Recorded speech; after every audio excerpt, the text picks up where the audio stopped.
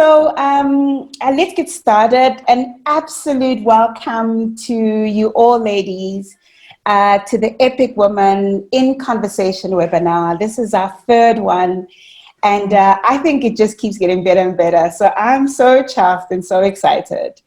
For those of you that don't know Epic Woman is really part of the Epic Network, which is really entrepreneurs and property investors. What we have done is we've specifically carved out a space for us as women to just find expression and to journey together. If you were to ask me who is the Epic Woman, I keep calling her the Now Girl. We are the first generation, by and large, for most of us, that have thrown away the constructs. Very well-behaved wife with 3 children that's got a moderate career, but her life is about everyone else but her.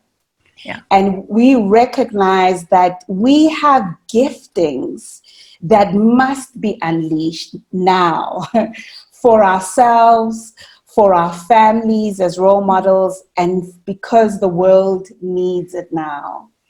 And we've decided to just come together. So we're on Facebook. We've got a Facebook group where we share lots of resources. I've posted the Facebook group. You're welcome to come join us. But I think even more special today, we have an epic woman that we will be in conversation with, Lisa Illingworth.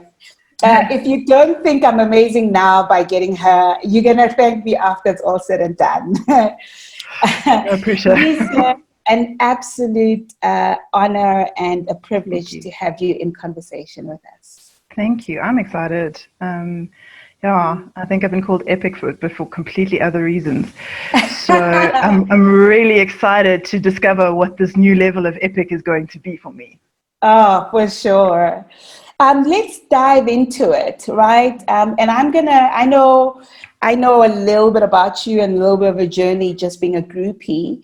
So I want to start in pieces that I know will resonate to most of us. I think, you know, and you can share just from where you began, but I'm very curious about a place you found yourself where you were no longer married, with babies, in my opinion, and you looked in the mirror. Because there's a lot of us here that we have a lot of single moms that believe that are surviving. We have a lot of us that are surviving. And we specifically have single moms that are surviving that I feel we don't speak enough to. And sometimes they feel when we challenge each other as women about pursuing our dreams, that's not true for them. And I know that's been a path you've crossed and navigated. So just start your journey from when you were now out on your own and had to face you. Wow, that last statement is powerful. That had to face you portion of it. That's probably the hardest part about all of it. So the journey, and just a bit of a backstory so that we've got context to work from, is I left the country with a 1-year-old and married, and came back to the country with a 10-month-old and a just under 3-year-old on my own. And yeah, I know. Wow. Like that line of bravery and stupidity, I sort of teeter on that line a lot. But that's and it was a ridiculously hard thing to do. And but what it does do is give you opportunity. And I think for me, growing up in a very, I wouldn't say conservative by any stretch of the imagination, but certainly very much around social norms of getting married, having kids, the Golden Watch program where you start and you work and you settle, you know, those sort of things, and just towing the line. And that was the narrative that was fed to me at the dining room table. And I mean, I'll say to you and I'll say to everybody else, we are the sum of the conversations that we have. And those conversations around the dining room table were work hard or study, get a degree, go to work hard, stay in that role as long as you can, and work your way up the hierarchy professionally until you get the golden watch. Yeah. And I found myself in a space, and the decision, and I'll take you through the moment. You know, everyone says, well, when was the moment? Yes. And I can tell you when the moment was. I was standing in a beautiful, beautiful house in Peru, where I'd gone on an expat posting with my then husband, and I had had my second child in Lima. You followed the man who was posted. He was. Yeah, he was. Okay. He was posted. I had to give up what I was doing at that stage, and I didn't give it up unwillingly whatsoever. Yes, of course. Yeah. We were a team, and we were going to go and do this. And we were there for around sort of 3 years or so, and then it was standing, having some very, very bad postnatal depression after my second child. No one really picking it up, and when my then husband walked into the room with my newborn and said, you know, do you want to take her? I've got to go to work. And I stood in the bedroom, tears pouring down my face, going, no, I don't want to. Like, I don't know what to do with myself right now. Absolutely. I don't want this. I don't want, and that moment where you start to choose to be a better mother, a better version of yourself for your kids, is that moment. And that was the pivot. That was when I was like, okay, I'm going to choose to be a better mother, and being a better mother means prioritizing myself. That is so huge, and I think we straddle that line, and I think a lot of us are in conflict, especially as women that are doing stuff, right? That being a better mother, you know, is that whole process of really being good to yourself and choosing you to. I want to say to the ladies, you're welcome to post comments and questions throughout. And now I'm watching the chat box. Please continue. So that was the moment. That was it. Was I'm going to choose me, and I'm going to choose me because choosing me means choosing being a better mother and being a better person, and then I can feed into the cups of my kids because my cup is full. And this notion of self-sacrifice over everything, every role that you hold as a mother, as a partner, as everything, you just give and you give and you give, and the world doesn't get replenished. So that moment for me, and I found myself coming back. It wasn't divorce immediately. There was a process that we went through. But I started to work again, and I've got a postgrad in curriculum design and education, and I was doing a half-day temp job in admin with my baby in a camp cot next to my desk. Right. Wow. So that proper, like, I want to say what the role that Julia Roberts plays, you know, in one of those movies, like I felt like that. Oh, wow. But what it gave me was the opportunity to choose, and I could choose again. We don't normally get this power, the conscious moment of choice. We just fall into, you know, the roles of wife, of mom, of all of these things. We don't get to choose. And the beauty of those moments is I now get to choose, and I get to say, right, what do I want? What do I want for myself, for my kids, for my pathway, for my dreams? They don't have to be infused with any other influences. And that was the moment where I was like, okay, cool, I'm going to choose this. And looking back now and saying, okay, the choices that I made for myself to build this business, to grow what I wanted, was a fusion of passion, but the passion on itself is not enough. It's not enough to build a business out of. You have to fuse it with a whole recipe of things to be able to build a business from that. And it was this process of going through, right, great, this is the passion. How do I find the mechanism of taking, or the channel of taking passion to the world Yeah, but at yeah. the same time earning an income from it. Yeah, and I want to come there because I think with a lot of women I chat to, when we're talking about jumping, it's always around, but this is what I'm passionate about, and how do I find and create this fusion? But I do want to just specifically dwell on that passion for a moment, and I guess there's a lot of us, as you talking into, that have for a long time being just flowing into one role and one responsibility. What did you consciously do to rediscover that passion, and maybe just to help some of us that are in this webinar that are doing so much, but we've lost it and we don't know where to find it again? How to find your mojo. Yeah. So it's brave, be brave. And that's being brave enough to Very suck. good. Like, wow, yeah. you got to be brave enough to suck at something. And that's, you have to, I had to be brave enough. Like I was doing some journalism just to earn a little bit of income on the side, for a magazine called Fin Week. Yes. And Yes. the editor is a friend of mine, so again, network coming into this, and he said to me, come and write an article for Fin Week. And I was like, what do I know about you? I don't know anything. He was like, just you're a trained teacher, just write something. So Yeah. I wrote my first article, and it was for the entertainment pages of a financial magazine, and I didn't suck too badly. So I was like, okay, Yeah. cool.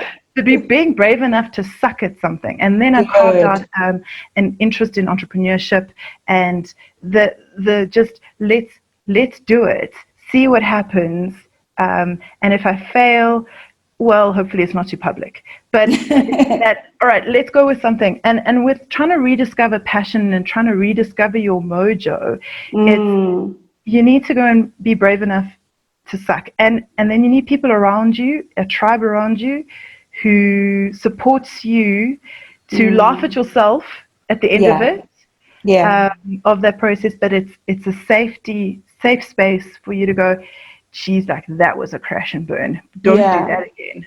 Okay.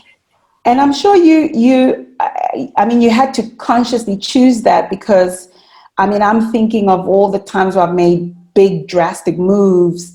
It's almost felt like in those times more than anything, because you've got a lot of people watching you, and I'm sure a lot of people were saying, oh, but Lisa, is this the right choice?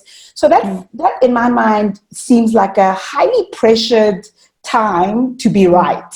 It is. It's huge. And you're a single mom. You've got these responsibilities that are weighing on you, and they're watching me for my next mistake. Exactly. So, and you know what?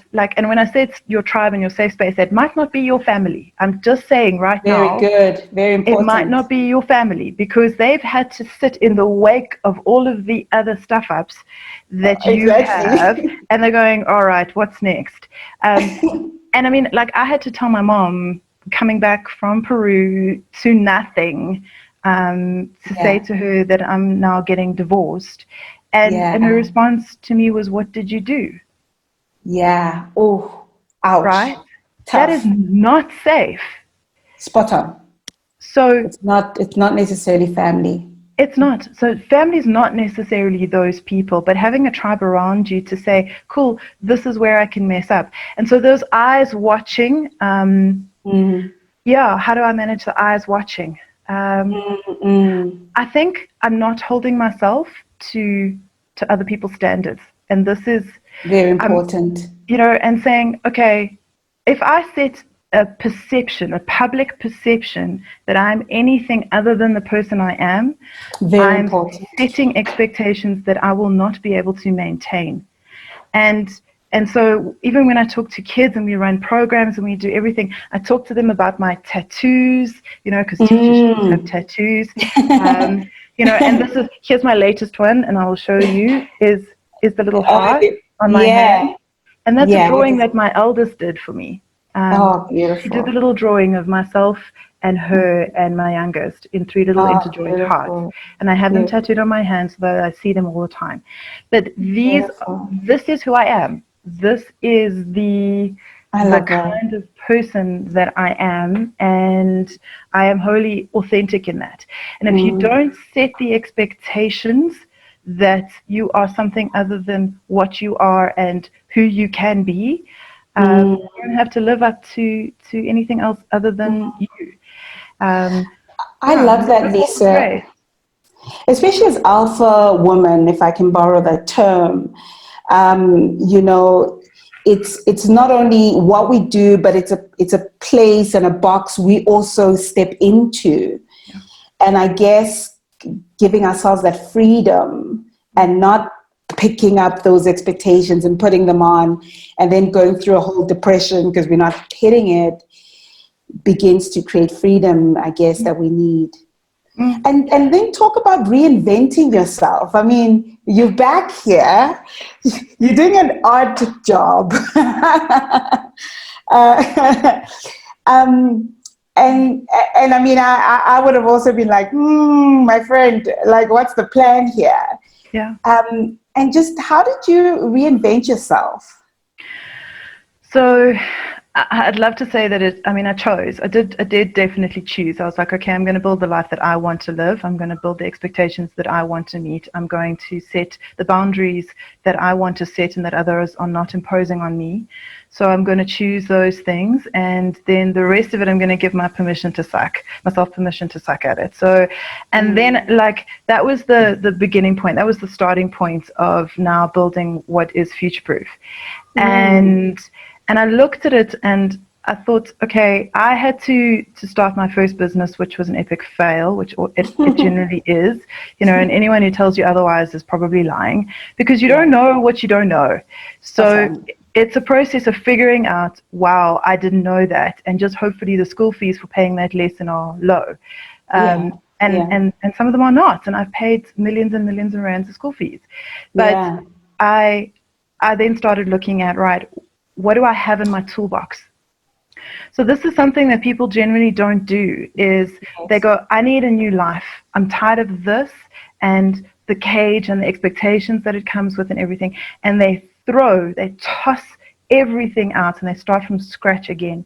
So instead of moving sideways or parallel in income, in status, whatever's important to you, they toss it all and go backwards, starting to study again and everything, and they started to go backwards. So, and I was like, I can't go backwards. I have kids. I need to make sure that we're all looked after. So I was like, okay, toolbox, right? What is in my toolbox? Okay, I have a world-class education. I have postgrad and curriculum design. I have a network of people within education. And now I have a specialist skill set which I built up through finding an interest in entrepreneurship. I have a specialist skill set that does not exist in education, and if it does, it's at a very low level. So looking at that toolbox and saying, what do I have that I can leverage sideways that I don't have to go backwards? Very good. To get my life back in order and to build and the things that I want, the freedoms that I want. And one of the freedoms that I prioritized was I want to be present for my kids. And that is purely selfish. I'm not going to say it's got anything to do with them. It is a purely selfish priority because I don't like to share. So I don't want to share first steps. I do not want to share first words, parents' evenings. I don't want to share that. I don't want to share that with a nanny. I don't want to share that with anybody else. I want those things for me. I don't want to pass up on those things. And so I built a life and a business that gave me that highest priority, which was to be there. The other thing that I wanted was transparency. It's my highest value, and I wanted transparency. I wanted a business that I can be authentic and transparent in, and I'm not going to get judged for it. And that's mostly by my internal, organization. The outside can do whatever they want, but it's that this is the business that resonates with me. So congruency between who am I? I don't want to be schizophrenic. I don't want to be and that's the right word. It That's the is. right word. Completely. I don't want to be mom Lisa and then suddenly hats change and I'm corporate Lisa and then suddenly hats change and I'm fun Lisa. Like, I don't Yes. want that. I want congruency, because congruency means that you're not having to shift energy and context switch the whole time. Good. Let's focus all our energy in one direction of being wholly authentic and transparent in mom, in fun, in business, in academia, in whatever it is. This is who I am, and I'm going to be that person all the time. So Very good. FutureProof is built out of those cornerstones. Yes. And then toolbox. What is in my toolbox? Well, the degrees in my toolbox, my networks in my toolbox, and a gap that I've spotted is in my toolbox. So let's see what we can do with these things. Let's mesh them together in a way that gives me purpose to solve big problems. And I was like, I'm not signing up for the small stuff, guys. Like, absolutely. we call it an MTP, a massive transformative purpose. Like, that's what FutureProof is about. MTPs, massive transformative purpose. We want to make big differences. Yeah. And it's not to say that small scale is small difference, because you can have big differences on small scale. On small scale, absolutely. Yeah. I want to come to FutureProof in a moment. But before I do, I think I want to highlight, and for all of us, exactly what you said around when we're thinking of jumping and transition, we throw everything away. I think that's so powerful versus what do I already have in my toolbox? Because leverage that, because it's not a waste, those experiences, those competencies. I think that's absolutely beautiful. I mean, just to quickly highlight Madeleine's question, Sure. you know, how did you manage when you realized you don't have the support that you thought you would have to achieve everything, and especially when you were reinventing yourself? Madeleine, I cried a lot to start off with. Okay. Like, absolutely. Crawl into a small ball. Actually, I like the bath. The bath is a great place to just like completely ugly cry. So I did that to start off with. And I think then reframing it is to say, when I was married, when I thought I had the support of those people, of my family, of anyone around me, I would wait for my youngest to wake up and cry in the middle of the night for her bottle, and I would then like roll over and like death stare my ex-husband in the expectation that he was going to wake up to help me, which he inevitably didn't do because he's a sound sleeper, so he slept through the entire thing. When I was home on my own, and it was me, and it was only me, and it was actually, there was less energy expended in the resentment and bitterness and expectations of someone else to step in, when I was like, it's me. It's all me. So suck it up, girl, and do it. You chose this. These are the consequences. Own it. And the energy expended in wallowing, I want to say, in that, oh, no one's helping me, I don't have the support, is wasted energy. It's really wasted. So this is me. It is me. I am expected to deliver these things. Get on with it. And I mean, we had a board meeting the other day, and there are 48 initiatives that have to be delivered in the next quarter. 46 of them are mine. I am the CEO of this business. Okay, like it's me. So I'm not going to fight the fact that I don't have support. I'm going to bring the people around me that align with my values, that align with the company values, which are mine, because we've built congruency in it. And those people I will trust and delegate to. And other than that, it's me. And I'm okay with that. If I want this life and I want the freedom and my highest priorities to be met, these are, and they're not consequences. This is just what I signed up for. Absolutely. Please speak to us about your MTP. I love that. Massive transformational purpose. For those that don't know, please tell us what is FutureProof and why FutureProof? Oh, why FutureProof? Okay, so FutureProof exists to catalyze entrepreneurial thinking and action in kids from the age of 6 years old.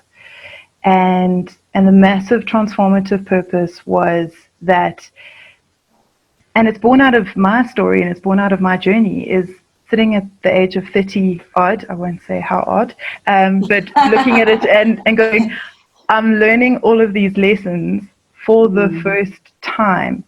I'm shifting my behavior at such a late age to try and reinvent myself, to try and build this thing. And it's so hard. Absolutely. And I've got kids and risk and all of these things. Why am I only learning about cash flow at this age? Come on. This is not rocket science. Absolutely. And I picked up a business studies textbook. And I was like, okay, surely the business studies textbook, it was a grade 10 business studies textbook. Surely it's got something in there that can help me. Yeah, no. Entrepreneurship is write the business plan with a 2-year forecast. And I was like, there is no way that I even know what tomorrow. Exactly. I don't know what I'm eating tomorrow. And you want me to write a 2-year forecast for a business that I know nothing about. And so it was like, okay, guys, let's do this properly. Let's take an education system, a failing education system that we know, and we can harp on about industrial age and all that. We can do all of those things. Yeah. And we can moan about it, and we do this. We stand around the braai, or we stand in the kitchen. Of course. And we moan notoriously about how much education is failing our kids and ourselves. So do something. Love it. And that was my thing, was do something. I have what's in my toolbox to help solve this issue. And people ask me, why entrepreneurship? Well, because what is entrepreneurship? It's finding a problem and solving it. And that's what we need. We need entrepreneurs in businesses. We need entrepreneurs out of business. And that mindset and that framework, that behavior doesn't have to be developed at 18 or at 31. Wow. Did you feel like an entrepreneur when you were launching out? I mean, for the previous businesses and this one, and also leading into what you're teaching the kids. Is it, how, everyone we meet that's an entrepreneur says they've been selling stuff since they were like 2, and you're like, okay. No, I didn't do that. I wasn't the typical sort of enterprising kid. I wasn't that kid. I was toe the line. I was the prefect at school. I was the sports captain. I did it, I was that person. I hated it. I hated it.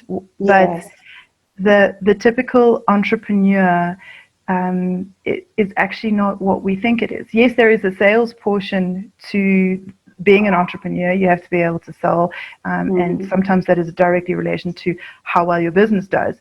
But it's more about what are your behaviors? What are your competencies? Can you see opportunities where everyone else is looking at problems? Can you suck it up and get on with a job when everyone else gives up?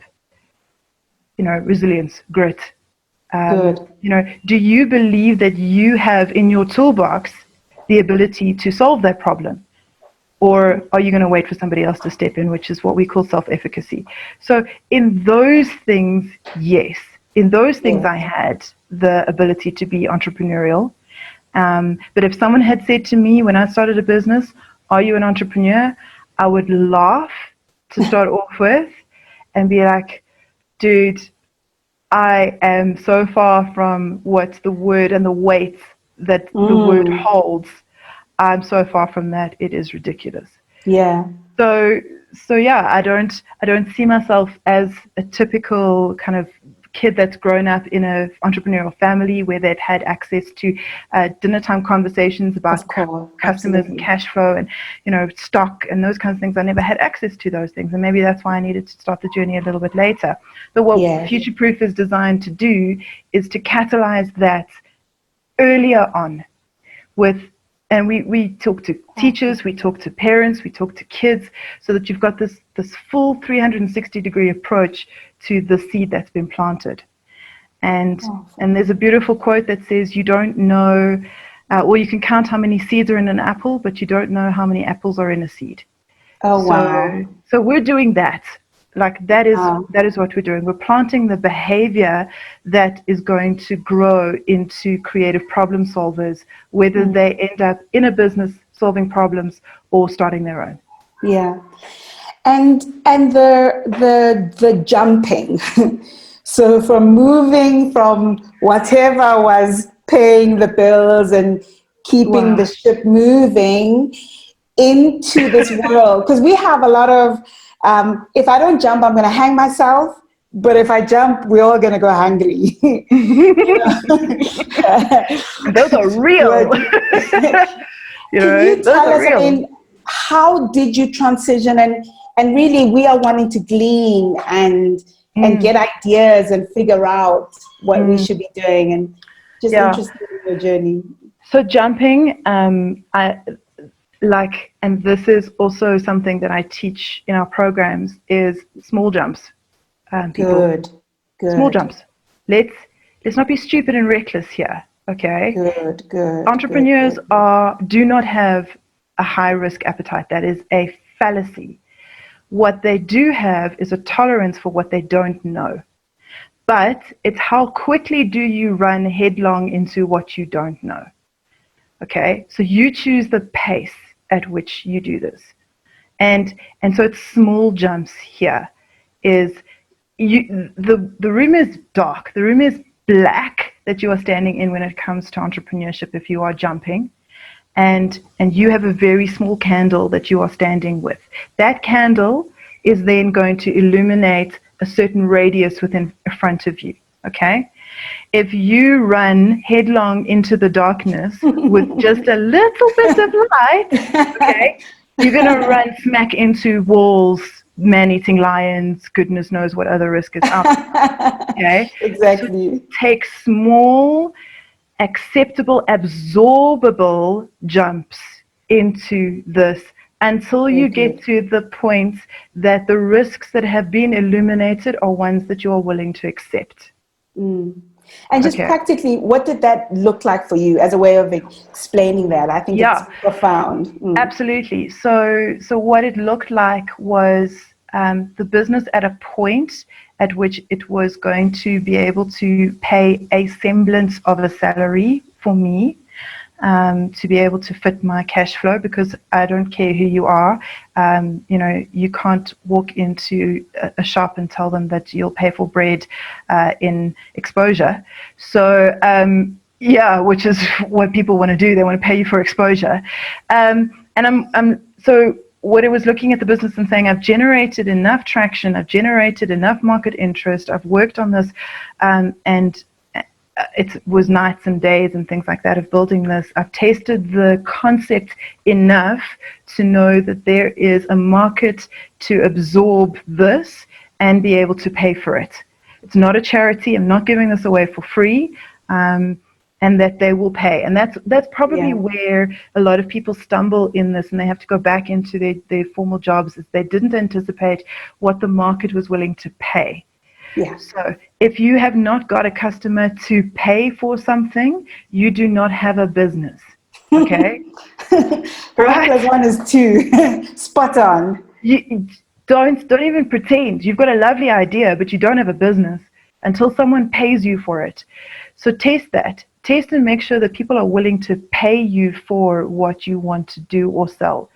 And then look at, right, what do I need actually to survive? And restructure your life. So, for example, I have no debt whatsoever. I have no debt because I can't afford to default on payments. I cannot afford, if the business goes belly up, which everyone's looking at their businesses now and going, shit, that's a possibility. Yeah. How do you get out of long-term leases, get out of home loans, get out of all of those things? I structured my life in such a way that it was Good. pliable. Okay, so I didn't buy a house to start off with. I paid off my car as possible, you know, I could get the payments done. I didn't sign up for cell phone contracts and gym contracts and all of those things that were going to come back to bite me. I basically pay-as-you-goed my life. Good. Absolutely. Then I went, all right, the business can sustain me for 6 months. I've got 6 months to build runway. To build runway. And that was the plan. That was the plan going into it. But when you have kids that are looking at you saying, Mommy, what are you doing? Like small jumps. Good. That's actually that's good. That's good. How's especially in the early days, how was the journey and the conversations with your kids? You have 2 girls, yes? I do. Yes, I do. Well done. Yeah. Firstly, I think there's 2 conversations I want to have here. So, and I'm going to ask them at the same time. So how was those early days in terms of conversations? And I'm sure they were worried for them, for you. And how were the early days and your journey now being an entrepreneur, a female entrepreneur, and a mother to 2 girls, you know? So they definitely provide a rudder and true north. They, you know, when I look at them, they are my level of accountability. So when I'm making decisions, big decisions, it's will my girls turn around and go, yep, that's my mom, or they'll be like, I don't know who that woman is. Wow. So that's true north for me. Very and setting that example, even when they're not around, is highly important to me. Is that could I answer to my kids for the decisions that I'm making now? Wow. So yeah, it's also like it's the legacy thing, which is kind of part of who I am and a motivating factor. Is what legacy do I leave for them? What standards do I set for them? Because you know, people look at their parents and they go, that's amazing. I want to be like my mom. I want to be like my dad. I want to be like my grandparents. Look how amazing they are. So setting those standards and pushing myself, because I can't expect them to deliver, perform, do something hard if I'm not prepared to set that example for them. Very good. Very good. And in saying that, I want to set an example of grace. And it's one of my very core, you know, priorities and values for me is grace. Is I don't have to win at the expense of others. So graciously winning, graciously holding space, creating space. In that, as women, we don't have to turn into pit bulls. Yes. To be able to, I can still be feminine. I can still do the things that make me feel like a woman, Yes. and not sacrifice that to carve out space in this world. So looking at it and saying, how do I graciously set an example for my girls that they can look at their mom and they can say, that's where I want to go. So yeah, that's kind of what I hold myself to on a daily basis. And I'll tell you, like, my eldest is awesome. She's 11, but she's like a 30-year-old in an 11-year-old's body. The wisdom that comes from this child, I don't know where she gets it from. I mean, she parents me a lot of the time. So, and I mean, I had some proper, just ways of lessons, let's say lessons in the previous business that I had to learn, or the previous version of FutureProof. And I was just pushing, and it was hard, and I was depressed, and I was a crappy version of myself again. And I came through the front door, and she was standing. I was late again, and she was standing in the foyer of my house, which is literally just behind me. So she was standing there, and I walked in, and I was stressed. I had black rings under my eyes and everything. And she said to me, "Mommy, you're not okay, are you?" And I said to her, "I'm not, Tori, I'm not okay." And then she looked at me and she said to me, "Did I do something wrong?" And in that moment, realizing that my child was internalizing all of my frustrations and all of everything that I had been going through, she had been taking it on it and reflecting it as though it had something to do with her. And in that moment, I was like, no, done. We're not doing this anymore. And it's the same moment of standing in the bathroom or standing in the room, not wanting to hold my own newborn and facing my 11-year-old who's reflecting this frustration and anger as directed at her. I was like, I'm not doing this. And so when I say they are my true north, they're guiding implicitly as opposed to explicitly. Absolutely. How do you manage it though? And it's a question Candace asked a little bit earlier. I mean, running a business and quite a busy business, to being a mom, and managing all of that, just how do you cope? Just from spreading yourself to just heart, mind, the works. Yeah. Okay. So passion is not enough. And this passion is not enough to sustain you, single mom, business, all of it.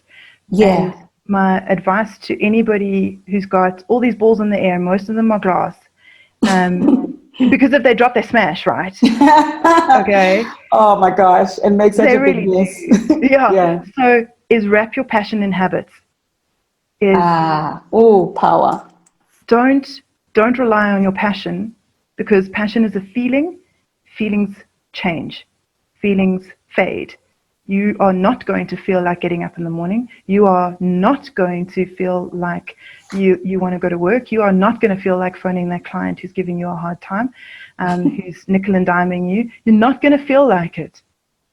Feelings fade and they come back, and you might, but if you wrap your passion in habits, the habits sustain you when the feelings don't. So there is what I think has been some of the keys to the successes thus far are the habits, and in my kitchen is one of my habits, and it's my coffee cupboard habit. I was actually going to take a photograph and show you, but it's a bit messy at the moment. I mean, the whole house a bit of a disaster right now. Welcome to our world. But exactly. So what is my habit in the morning? I have coffee in the morning. I don't know if any of you do.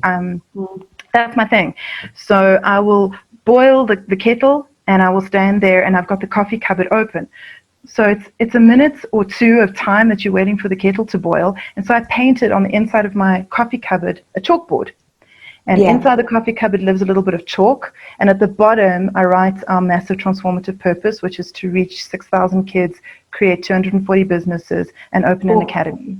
And that's at the bottom of my chalkboard. And then I've got Monday, Tuesday, Wednesday, Thursday, Friday. And in the fires that come up, which they do, and the catching the glass balls, I have one thing on each of those days, just one thing that I have to make sure I achieve towards the goals of 6,000 kids, 240 businesses, FutureProof Academy. Just the one thing. And so each day I reflect on what is the one thing that's going to take me that step further. And it's the concept of compound interest. Yes. Is compound those things day after day, and you end up with a huge result. Yes. We forget about the compound steps that need to be taken. So one of my habits is my coffee cupboard habit. Monday, Tuesday, Wednesday, Thursday, Friday. One thing every day that I need to achieve that gets me closer towards those goals at the bottom of that list. Wow. So that's one of my habits. The other is exercise. I am by no means Oh, Lisa, an Lisa. FHM cover model, not a chance. But what exercise does is it releases endorphins and it Yes. regulates brain waves, and it does all of Yes. those things. So even at the front door, which you can't see, but at the bottom there are my sneakers, and my socks are in my sneakers, and at a set time I go into my garage gym at the moment and put on some loud angry music, and I like mess myself up a little bit, because exercise, not just for all of the good things that it does for your body, it gives your one side of your brain a break. Yes. So that you can subconsciously file all of the stuff that's been going on. I love that. That mental filing needs to take place. I'm not a great sleeper, so it doesn't really happen in my sleep, but it does when I exercise. Good. So the habit of exercise has been one that's sustained my passion right the way through this business. I know that some of my team are on this call and they're laughing to themselves right now, because they know, like, don't talk to Lisa when she's in the gym. Okay. Good. So wrap your passion in habits, because your habits will sustain you when your feelings don't. I love that. I love that. Wrap your passion in habits. That sounds like a great thing to lock down in 2020. Because I think this outbreak certainly shut the steam out of most of our passion and our grand plans. I have to, just in the minutes we have remaining, just pick your brain on what your sentiment is around the post-lockdown reality and what it means for women. I think, I'm a tech girl, so 4 hours is my world, and I often reflect on how we have missed every revolution. And a lot of what consumes me now is a wonder on how women will respond to this revolution. And if I'm to bring it to the moment, a wonder on how this outbreak, this black swan, this change in the world and economics, both personal and global, what could this mean for women, and how are you navigating it? Okay, so I'm going to answer your question, but I'm first going to acknowledge a comment from Dave, who's sitting there, who says he's cycling next to me at the gym. Remember I spoke about safe people and your tribe, where messing it up is okay? Dave is one of those people. Dave is one of those people who laughs at me when I mess it up. And he's like, okay, let's do it again. Dave. So kudos, like, shout out to Dave, who does. Shout out to Dave. Dave, I'll send you my address, because I'm going to need a lot of this stuff post lockdown. Yeah. So being a woman, how do we navigate our way out and around, and what do we have that gives us the ability to do that? And looking at it, we have the grounding. So as moms, as females, is that we have the grounding. We are the nurturers. We are the caregivers. Those things are things that are sometimes not, but are innate in us as well. And like drawing on those things. So when everything is chaotic, when everything is melting down and falling apart, like pull on those things. Nurture yourself, okay, to start. Stop sacrificing your own mental, emotional, spiritual health at the altar of everybody else's needs. So do that first. And then with that grounding, provide the grounding for those around you. Your family first, then your tribe, those that are friends but are actually family too, your staff, provide that grounding, be authentic with them, and to say, guys, we don't know, and be okay with saying, I don't know, right? Even if you have to stand and practice it in the mirror in your power pose, You know, you see the Yeah. Batman behind me because we are all superheroes, Yeah. and say I don't know, and be okay with that, but we're going to figure it out. So hold that grounding as women, and then use your adaptability, your propensity for change, Good. and absorb the fact that we don't know. Things are going to come up. They are going to blindside us. Accept that that is going to happen. It is going to be an eventuality and a reality. And then use your propensity for change and your adaptability to then work around that. And then draw on your people, draw on your tribe. And I mean, I even said to Dave and our other shareholder this morning, guys, I want to shoot the breeze with you over a Zoom call. I don't want to talk business. Ask, what do you need? I'm like, I want to shoot the breeze with you guys. I don't want to talk business. I just want to feel that connectedness with the people inside my business who are focused in the same direction. So draw on those people around you. And I said before, give yourself permission to suck. Give yourself permission to say, I don't know. Because we are looked at and everyone goes, you should know these things. No, nobody knows these things. And it's okay not to know. And as women, you know, put on your makeup and, you know, get with it. Like, even if it means you doing it for a Zoom call. Absolutely. Just, you know, feeling that you are valued, feeling that you have prioritized yourself. And funny enough, when I look in the mirror and I go, okay, you don't look like crap, I also don't feel like crap. Absolutely. That is so refreshing, because we do have a lot of alpha ladies, and we tend to get into that work, solve.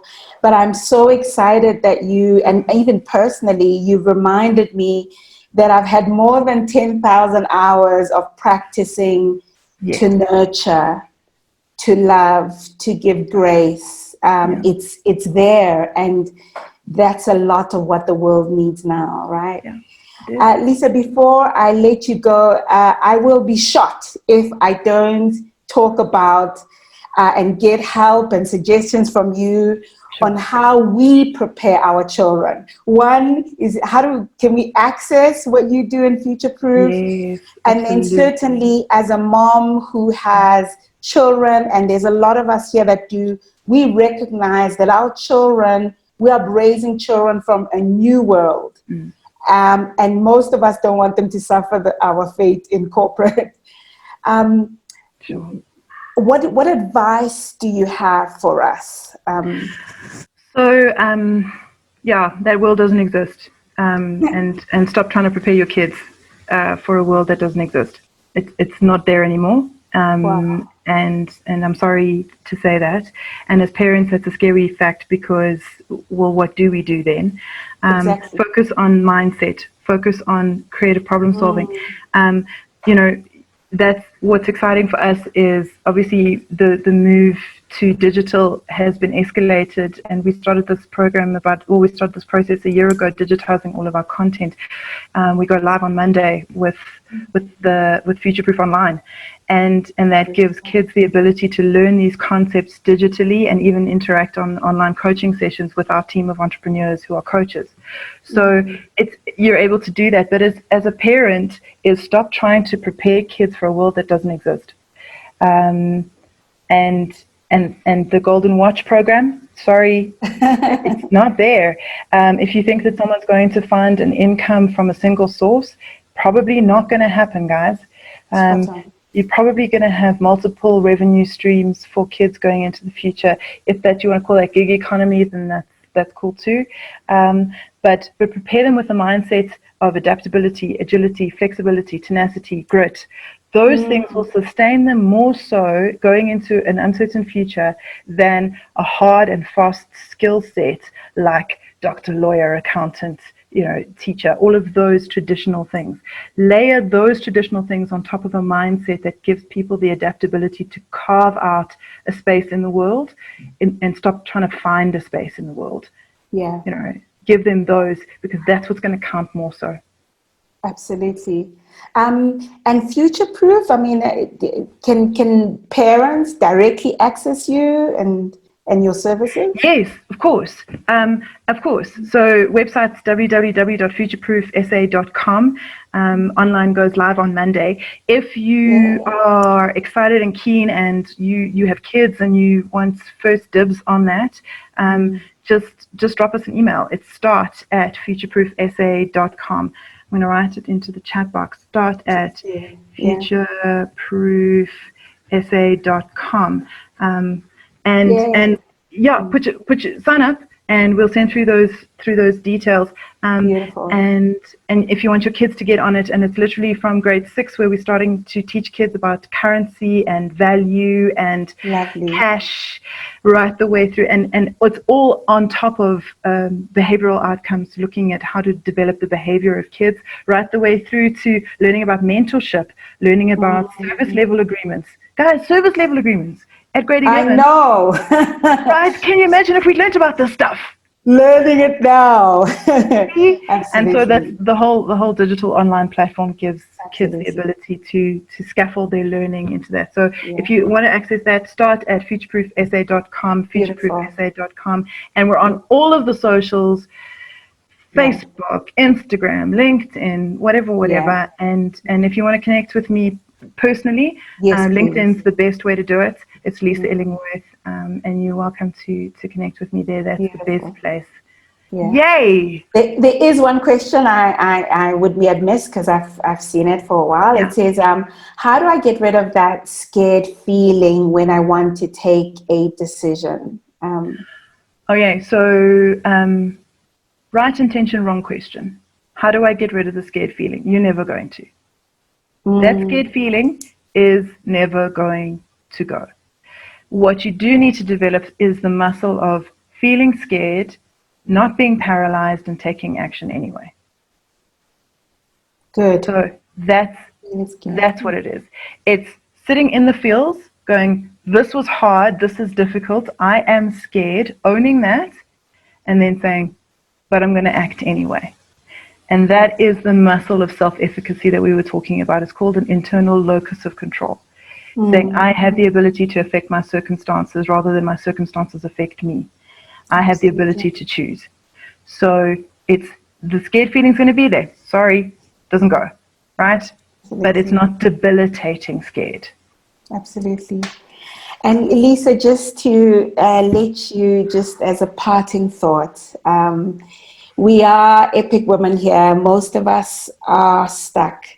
We know we've got something to offer the world, and we are dying. Just last thoughts from you, just to us. Yeah, don't die. Don't die with that inside of you. You are born to more than pay taxes. So,